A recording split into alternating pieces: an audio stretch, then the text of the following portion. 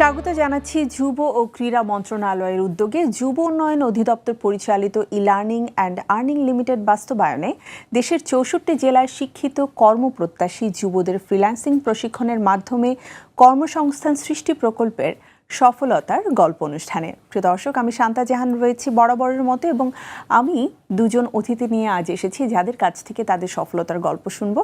আজ কিন্তু আমাদের এই অতিথিদের মধ্যে একটু ভিন্নতা রয়েছে। সাধারণত আমরা সফলতার গল্পে সবসময় আমাদের পুরুষ অতিথিদেরকেই বেশি দেখি, কিন্তু আজ একজন নারী অতিথিও আমার সাথে রয়েছেন। এটি আমার একটা ভালো লাগার ব্যাপার, কারণ সফলতা উভয় পক্ষ থেকেই সবসময় সমানভাবে আসা উচিত। চলুন পরিচিত হয়ে নিই আমাদের আজকের অতিথিদের সাথে। আমার সাথে রয়েছেন চুয়াডাঙ্গা থেকে মোসাম্মত রুবিনা খাতুন, এবং পাশাপাশি আরও একজন অতিথি আমাদের সাথে রয়েছেন, তিনি এসেছেন কুষ্টিয়া থেকে আহসান হাবিব। অনেক অনেক শুভেচ্ছা দুজনকে। কেমন আছেন? আলহামদুলিল্লাহ ম্যাম, আপনি ভালো আছেন? খুবই ভালো আছি। রুবিনা, আপনি কেমন আছেন? আলহামদুলিল্লাহ, আপনি ভালো আছেন? খুবই ভালো আছি। অ্যান্ড দুজনকে সফলতার গল্প অনুষ্ঠানে অনেক অনেক স্বাগত জানাচ্ছি। আপনারা সফল, এবং আজকে আপনাদের এই সফল হওয়ার পেছনের যে ছোট ছোট কিছু গল্প রয়েছে, কিছু স্ট্রাগল রয়েছে, সেটাই আমরা এক এক করে জানবো।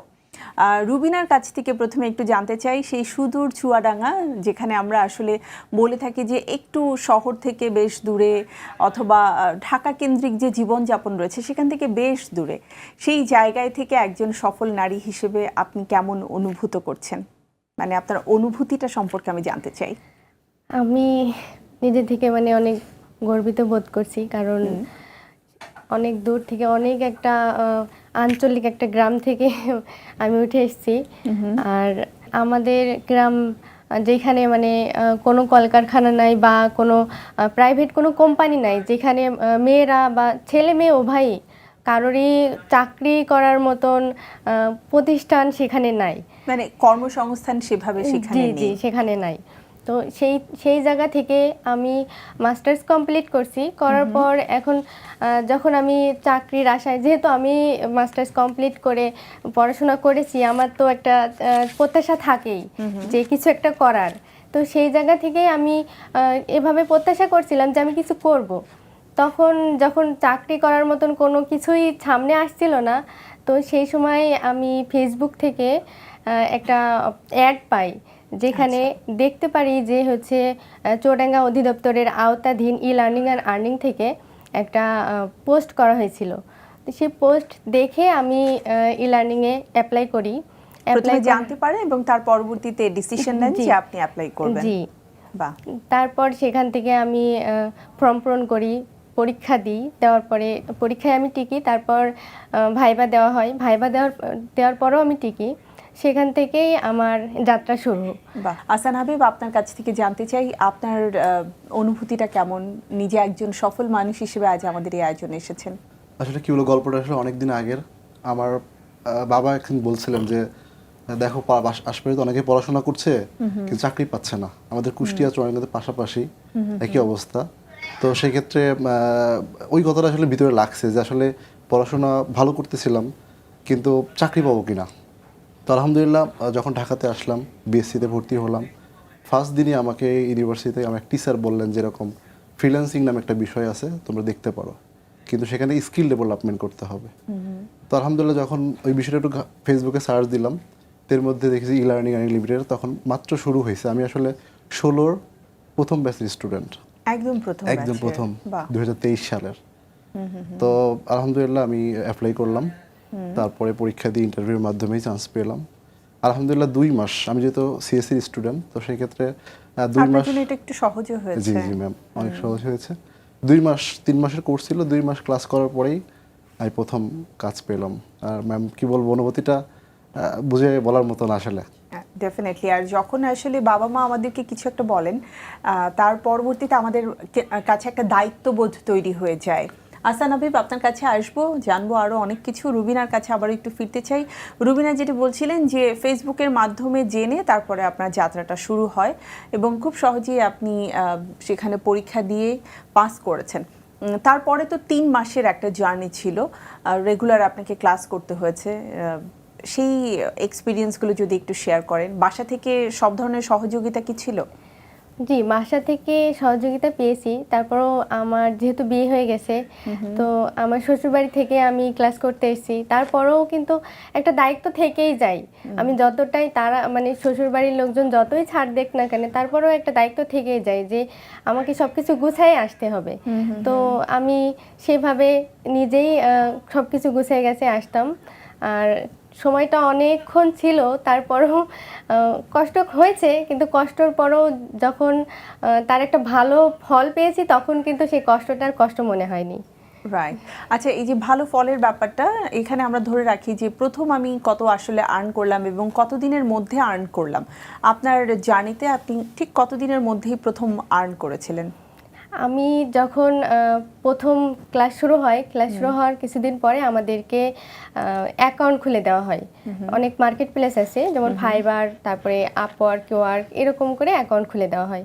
তো আমিও অ্যাকাউন্ট খুলি। অ্যাকাউন্ট খোলার পর আমি অ্যাকাউন্টে আমার ছাড়া যে ক্লাসগুলো করাই সেই ক্লাস থেকেই আমি কিছু গিগ দিই, অ্যাকাউন্টে কিছু গিগ পাবলিশ করি। করার পর তারপর 1 মাসের মধ্যে আল্লাহর রহমতে আমি একটা অর্ডার পাই। আচ্ছা। মানে সেখান থেকেই আমার আরো আগ্রহটা আরো বেশি বেড়ে যায় আর কি। তো যে এত আমি অল্প সময়ে আমরা রেসপন্স পাচ্ছি। জি, আমি আল্লাহর রহমতে 1 মাসে যে অর্ডারটা পাইছিলাম সেটা ছিল $110 অর্ডার, বাহ। যা আমার জন্য মানে খুবই একটা ভালো কিছুই নিয়ে এসছে যে আমি সেখান থেকে ঘুরে দাঁড়াতেও পেরেছি এবং এর উপর আমার একটা আস্থা তৈরি হয়েছে। আর আমি কাজের আগ্রহ আরো বেশি জি, বেড়ে গেছে। আমার কাজের আগ্রহ বেড়ে গেছে। আমি সেখান থেকেই আমার জার্নি শুরু করেছি, আর পিছনে তাকাইনি। এই থেকে $110 কিন্তু বেশ বড় একটা অ্যামাউন্ট, জি, কারণ জি। অনেকের আছে 20, 30, $50 গল্পও আমি শুনেছি। তো সেই জায়গা থেকে অনেক ভালো একটা জার্নি কিন্তু আপনার শুরু হয়েছিল। আহসান হাবিব, আপনার প্রথম অর্ডার কতদিন পরে এসেছিল এবং সেটা কত টাকার ছিল? ম্যাম, এটা আমি 3 মাসে কোর্স ছিল, তো 2 মাস ক্লাস করার পরেই আমার প্রথম একটা অর্ডার আসলো। এটা হলো ফেসবুক অ্যাডের উপরে ফাইবার থেকে $150। তো বাহ। প্রথমে আমি বিশ্বাস করতে পারছিলাম না, কাজটা করে দিলাম। পেমেন্টও আমি ফাইবারে অ্যাড হইলো, ফাইবার থেকে পেউনিয়ারে আসলো। তো পেউনিয়ার থেকে আমি আমার ব্যাংকে ট্রান্সফার করলাম, ডাচ বাংলা ব্যাংকে। তো 3 দিন পর আমার কাছে মেসেজ আসলো টাকা অ্যাড হয়েছে। পরে এক বন্ধুকে বলছি চলো যাই, টাকা আসলে আসছে কিনা। কারণ সারা জীবন তো আসলে গল্প শুনছি মানুষের কাছে, ডলার ইনকাম করে। মানে আমি আসলে ঘরে করছি বসে ডলার হ্যাঁ, ইনকাম ডলার করা করে যায়। শুনছি, আর আমার নিজের আসছে। আসলে কি আসছে কিনা মানে বিশ্বাস হচ্ছে না তখনও। তো পরে বুথে গিয়ে কার্ড দিলাম, টাকা বের হচ্ছে হাতে, পরে মনে হচ্ছে আসলে কি টাকা পাইলাম। প্রথম টাকা দিয়ে কি করেছিলেন সেটাও একটু জানতে চাই। রুবিনা কি করেছিলেন? আমি আমার যে প্রথমে আমি যে আর্ন করছিলাম সেটা দিয়ে আমি আমার যারা সহপাঠী ছিল আমি তাদেরকে মিষ্টি খাওয়াইছিলাম। ও বাহ, অনেক লাকি ছিল আপনার সহপাঠীরা। টিচারও নিশ্চয়ই অনেক খুশি জি, হয়েছিল। তারাও অনেক খুশি ছিল। তারা আমাকে হেল্প করছিল, কারণ তাদের হেল্প ছাড়া তো আমি তখন পারতামই না। একার পক্ষে জি। সম্ভব না। পরিবার থেকে যখন জানলো যে আপনি $110 ঘরে বসে আর্ন করে ফেললেন, আগে প্রথমত তারা মানে তাদের তো সরাসরি না না করলেও মানে তাদের সেমন একটা আগ্রহ ছিল না, কিন্তু পরবর্তীতে যখন দেখছে যে না সেখান থেকে আমি কিছু করতে পারছি, তখন থেকে তারা আমাকে সাপোর্ট দেয়। তো যখন আসলে একটা ভালো ফলাফল আসা শুরু করলো, সেই মুহূর্তে আপনার পরিবারের সবাই সাপোর্ট দেওয়া শুরু জি। করেছে। আহসান হাবিব তো ছেলে মানুষ, ছেলেদের জন্য আসলে যে কোনো ডিসিশন নেওয়া একটু সহজ হয়, বা পরিবার থেকে তারা মনে করে আছে ঠিক আছে দেখা যাক কি করতে পারে। তো যখন আপনি আর্ন করলেন, আপনার বাবা মা তাদের জায়গা থেকে মানে তাদের রেসপন্সটা কেমন ছিল? তারা তো প্রথমে বিশ্বাস করতে পারছে না। সে বলছে যে না এগুলো আসলে বোকাস। আমি বলছি যে না, আমি অযথা এটা সময় নষ্ট হ্যাঁ, করছো। অযথা সময় নষ্ট করছে, পড়াশোনায় মন দাও, দেখো কি হয়। আমি বলছি না, আমি এই কাজটা শিখছি এবং আরো 1 মাস সময় আছে।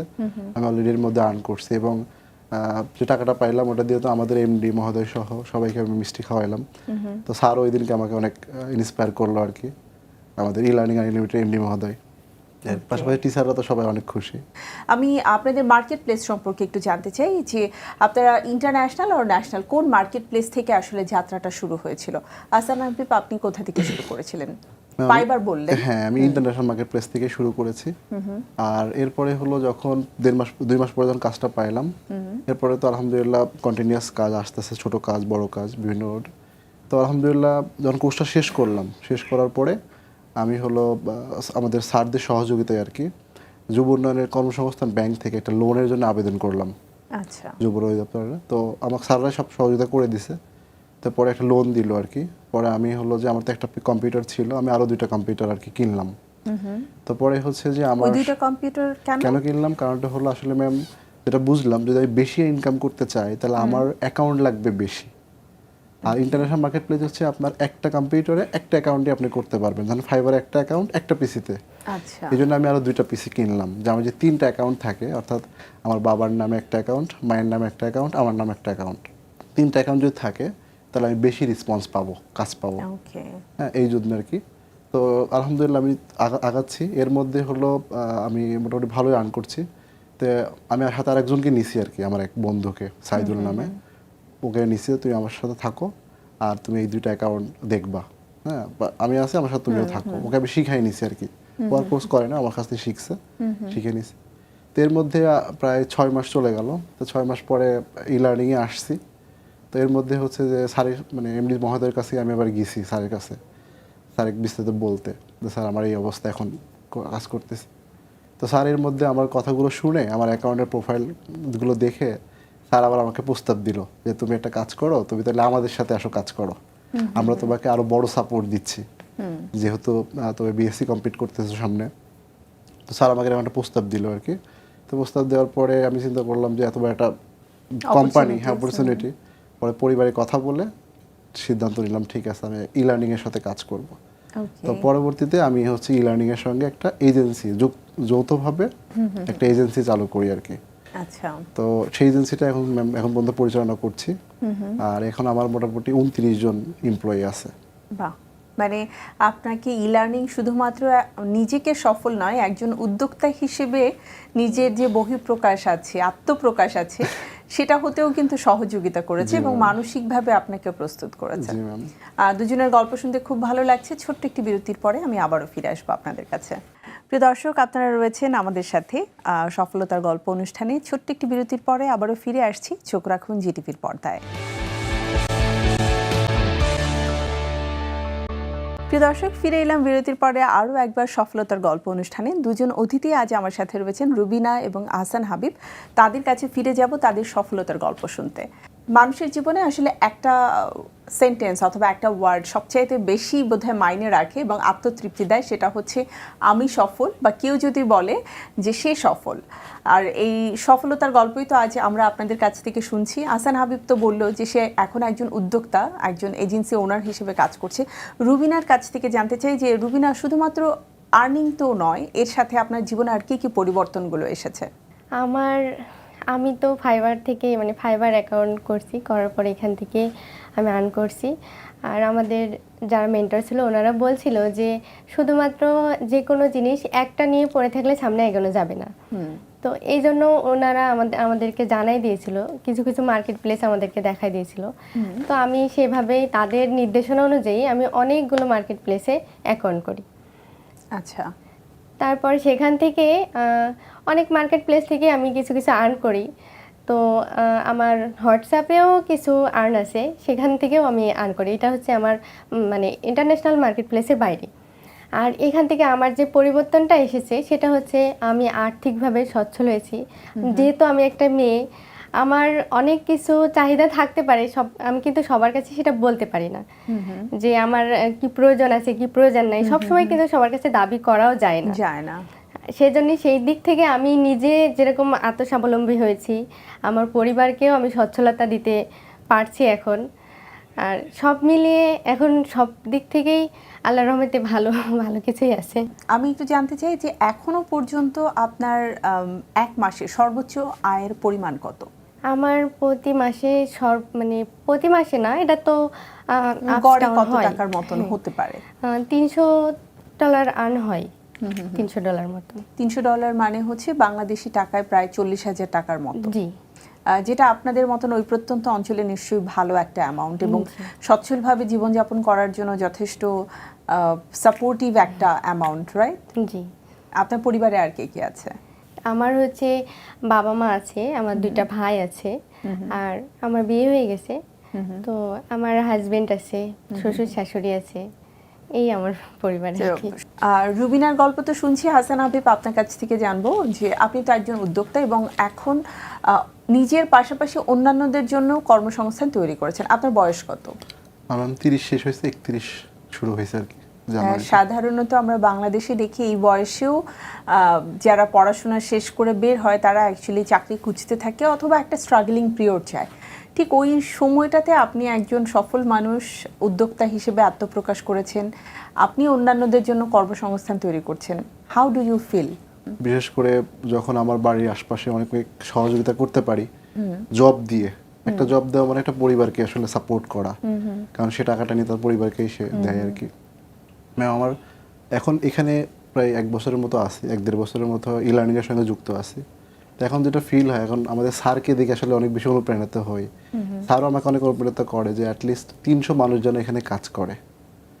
আর ম্যাম ইনকাম এখন যেটা আছে সেটা হলো যে আলহামদুলিল্লাহ $12,000-15,000 মতো এখন আসে এভরি মান্থ। এভরি মান্থ আসে। ওয়াও, আমরা ইটস আ হিউজ অ্যামাউন্ট। 29 জন কাজ করি, Employee হ্যাঁ সহ? এমপ্লয়ি কাজ করি, হ্যাঁ কাজ করি।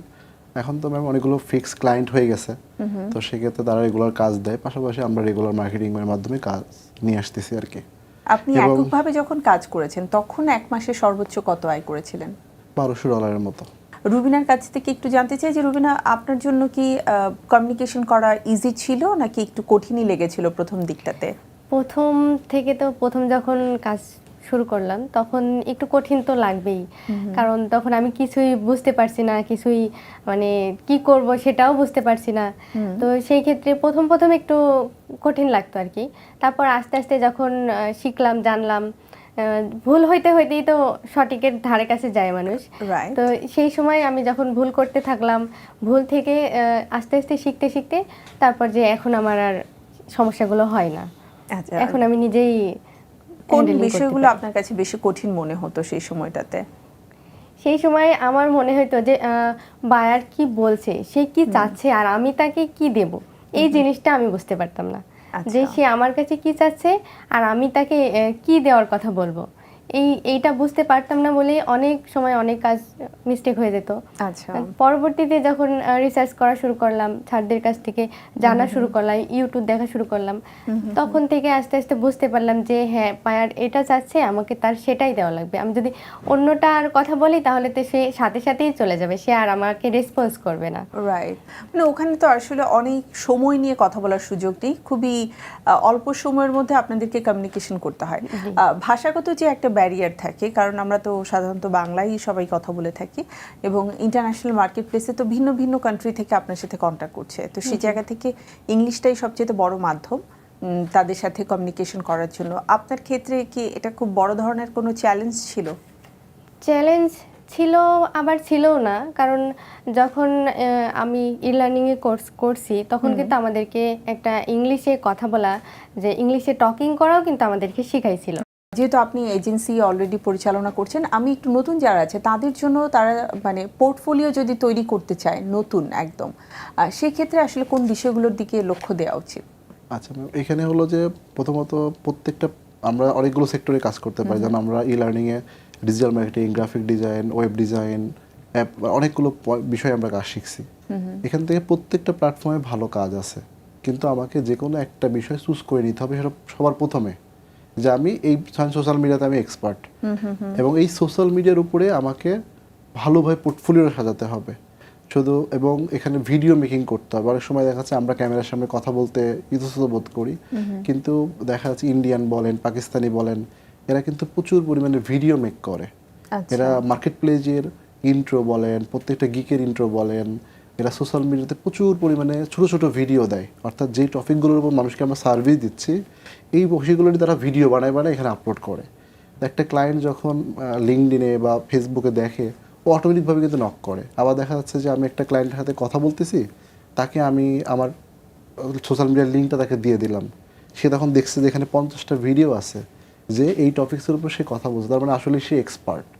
তো আমি নতুনদের জন্য বলবো যে আপনারা ভিডিও ফোকাস করতে হবে অবশ্যই বেশি, এবং পোর্টফোলিও তো অবশ্যই আমি যেই একটা নিশ একটা সিলেক্ট করতে হবে, যে আমি সব কিছু পারি ব্যাপারটা তাহলে কিন্তু হবে না। যে আপনি একাই গ্রাফিক্স পারেন, একাই ডিজিটাল মার্কেটিং সব পারেন, তাহলে আপনি ক্লায়েন্ট বুঝেই নেবে যে আপনি কিছুই পারেন না। আচ্ছা, আপনি যখন বলবেন যে হ্যাঁ আমি শুধু যে কোনো একটা বিষয়ে এক্সপার্ট, আমি ফেসবুক অ্যাড এক্সপার্ট, আমি শুধু এটাই ভালো পারি এবং আমার অন্যান্য পোর্টফোলিওগুলো তাকে এই একটা টপিকের উপর দেখাতে হবে, তাহলে আপনি অবশ্যই কাজ পাবেন। কাজ করা তখন সহজ হয় এবং ক্লায়েন্ট অ্যাকচুয়ালি বিশ্বাস করতে বিলিভ করে, পারে। হ্যাঁ বিলিভ করতে পারে। রুবিনা, একটু বলবেন যে যারা এখনো দ্বিধায় ভুগছে, স্পেশালি আপনার অঞ্চল বা আপনার অঞ্চলের মতন যে সকল এরিয়াতে মানুষ বসবাস করছে, বিশেষ করে কর্মপ্রত্যাশী শিক্ষিত নারীরা, যে ফ্রিল্যান্সিং আসলে করব কিনা, ফ্রিল্যান্সিং আসলে ভালো কিনা, তাদের জন্য আপনার যদি কোনো মেসেজ থেকে থাকে। তাদের জন্য আমার একটাই মেসেজ যে বসে থেকে সময় নষ্ট না করে সামনের দিকে এগোনোই ভালো। আর চেষ্টা করতে হবে, যদি কোনো মানুষ চেষ্টা করে, লেগে থাকে, তাহলে তার সফলতা আসবেই।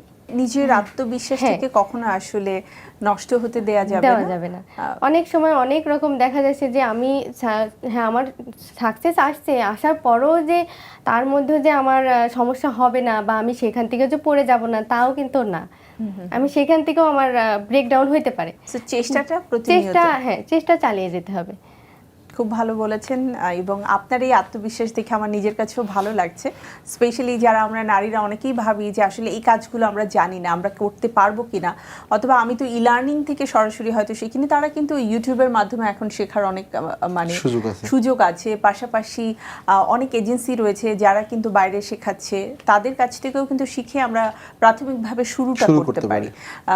আহসান হাবিব, একদম সর্বশেষ আপনি আমাদের যারা একদম নতুন রয়েছে বা যারা ভাবছে যে আমি তো লার্নিং এ টিকতে পারিনি, কারণ সবাই নিশ্চয়ই পরীক্ষা দিয়ে পাশ করে না, তারা কিভাবে আসলে শুরুটা করতে পারে সেটা একটু বলবেন।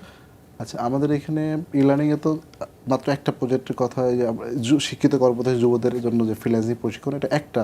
এরকম কিন্তু সরকারি অনেক প্রকল্প বর্তমান রানিং আছে। তো আমরা একটাতে চান্স না পেলে আরো দু একটাতে ট্রাই করতে পারি, যেমন অ্যাসেট আছে, সিপ প্রজেক্ট আছে, এলইডিবি প্রজেক্ট আছে, এগুলো সব গভর্নমেন্টের। এছাড়া প্রত্যেকটা উপজেলা, থানা বা জেলায় ছোট ছোট ছোট অনেক প্রতিষ্ঠান আছে, এবং দেখতে হবে যে ওইখানে আসলে বেস্ট মানে কোনো ফ্রিল্যান্সার শিখাচ্ছে কিনা। আমরা যে মেন্টরগুলো আছে তারা নিজেরা ফ্রিল্যান্সিং করে কিনা, যদি করে তাহলে তার কাছ থেকে আমরা শিখতে পারি, এবং তাহলে আমরা অবশ্যই সাকসেস হতে পারবো।